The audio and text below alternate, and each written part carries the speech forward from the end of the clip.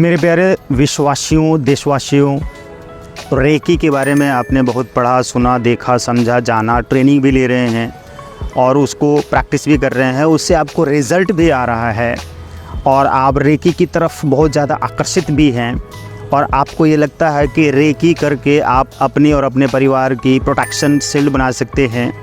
Shield बनाकर आप अपने आप को बहुत ज़्यादा हील कर सकते हैं, पॉजिटिव में लेके आ सकते हैं। तो ऐसी आपकी सोच है, रेकी के बारे में आप ये समझ रहे हैं, लेकिन एक्चुअल में बहुत लोगों के साथ ये हो रहा है कि वो कहते हैं कि कहीं ऐसा तो नहीं कि मेरी रेकी काम नहीं कर रही है। ऐसा नहीं है, रेकी काम नहीं कर रही है।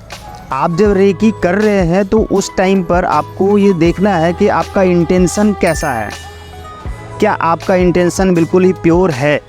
अगर हाँ, तभी आप रेकी करें या रेकी करते समय अपने इंटेंशन को प्योर रखें। जैसे कि आप किसी को हील करके उसके सिर के दर्द को ठीक करना चाहते हैं, तो सिर के दर्द को ठीक करने के लिए आपके दिमाग में एक इमेजिनेशन होना चाहिए कि मेरा दर्द ठीक हो रहा है, यानी कि मैं स्वस्थ हो रहा हूँ, या सामने वाले के शरीर में कहीं भी कोई भी पेन नहीं है और वो स्वस्थ हो रहा है, उसका सिर दर्द पूरी तरह से ख़त्म है। इस तरह की भावनाएं, इस तरह के विचार, इस तरह के इंटेंशन अपने माइंड में रखना है, तभी आप अपने इस रेकी से फ़ायदा उठा पाएंगे। अन्यथा आपके माइंड में डाउट्स आते रहेंगे कि ऐसा तो नहीं कि मेरे को शक्तिपात अच्छी तरह से नहीं किया गया है, या जो मेरी रेकी है, मैं जो रेकी कर रहा हूँ वो मेरे हाथों से नहीं निकल रही है, वो एनर्जी नहीं निकल रही है, ऐसा तो नहीं है।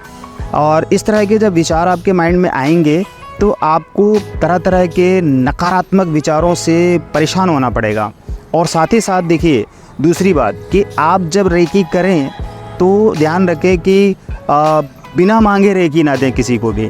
कई बार ये लोग गलतियां करते हैं, अपने घर के लोगों को या पड़ोसी को या रिश्तेदार को या किसी और को भी बिना मांगे रेकी देना शुरू कर देते हैं, तो उनका कर्मा आपके ऑरा में आ जाता है और आपने उनको तो ठीक कर दिया। आप उनको जब हील करेंगे तो वो ठीक हो जाएंगे, ज़्यादातर ठीक हो जाएंगे, लेकिन उनका जो नेगेटिविटी होगी, जो उनका नेगेटिव कर्मा होगा, वो आपकी ऑरा में आ जाएगा और आप परेशान हो जाएंगे, या आपके माध्यम से आपके फैमिली के मेंबर्स के ऑरा में चला जाएगा।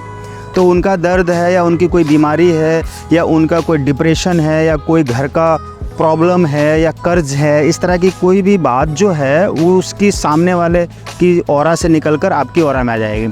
और अगर बिना कुछ लिए रेकी दे रहे हैं, कुछ लिए का मतलब यह है कि उनसे फ़ी चार्ज नहीं ले रहे हैं, फ्री में कर रहे हैं, दोनों बातें देखना है, तब भी आपके ऑरा में उसकी नेगेटिविटी आ जाएगी। इसलिए इन 3 बातों का ख़ास तौर पे ध्यान रखें। फिर देखिए कि आप रेकी जब करेंगे तो सबसे पहले इस चीज़ की सावधानी रखें कि आपने चारों तरफ शील्ड बनाया, अपने पार्टनर के चारों तरफ शील्ड बनाया। उन सब की वीडियोज़ की लिंक डिस्क्रिप्शन बॉक्स में आपको मिल जाएगी, वहाँ से डाउनलोड करके देख लीजिए। और शील्ड कैसे बनाते हैं, क्लिंच कैसे करते हैं और फिर हीलिंग कैसे करते हैं, इसके पहले भी हमने वीडियो में कहीं कहीं इसके बारे में बताया है। मैं बार बार इस चीज़ के लिए जोर देता हूँ कि आप पहले ये करें, इसको समझें, तभी जाके आपको रेकी से सचमुच में बहुत ही ज़्यादा फ़ायदा हो पाएगा।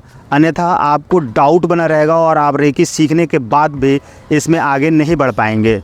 तो मेरे प्यारे साथियों, देशवासियों, विश्ववासियों, इस चीज़ का, इस बात का ख़ास तौर पे ख्याल रखें कि रेकी कर्मा के ऊपर काम करती है और कर्मा उसका है। अगर उसकी लाइफ में कोई प्रॉब्लम आ रही है, कोई रिश्ते टूट रहे हैं, उसकी बीमारी हो रही है, कर्ज में आ रहा है, तो ये उसकी सोच है, उसका कर्मा है, उसका जिम्मेदार सिर्फ वो है।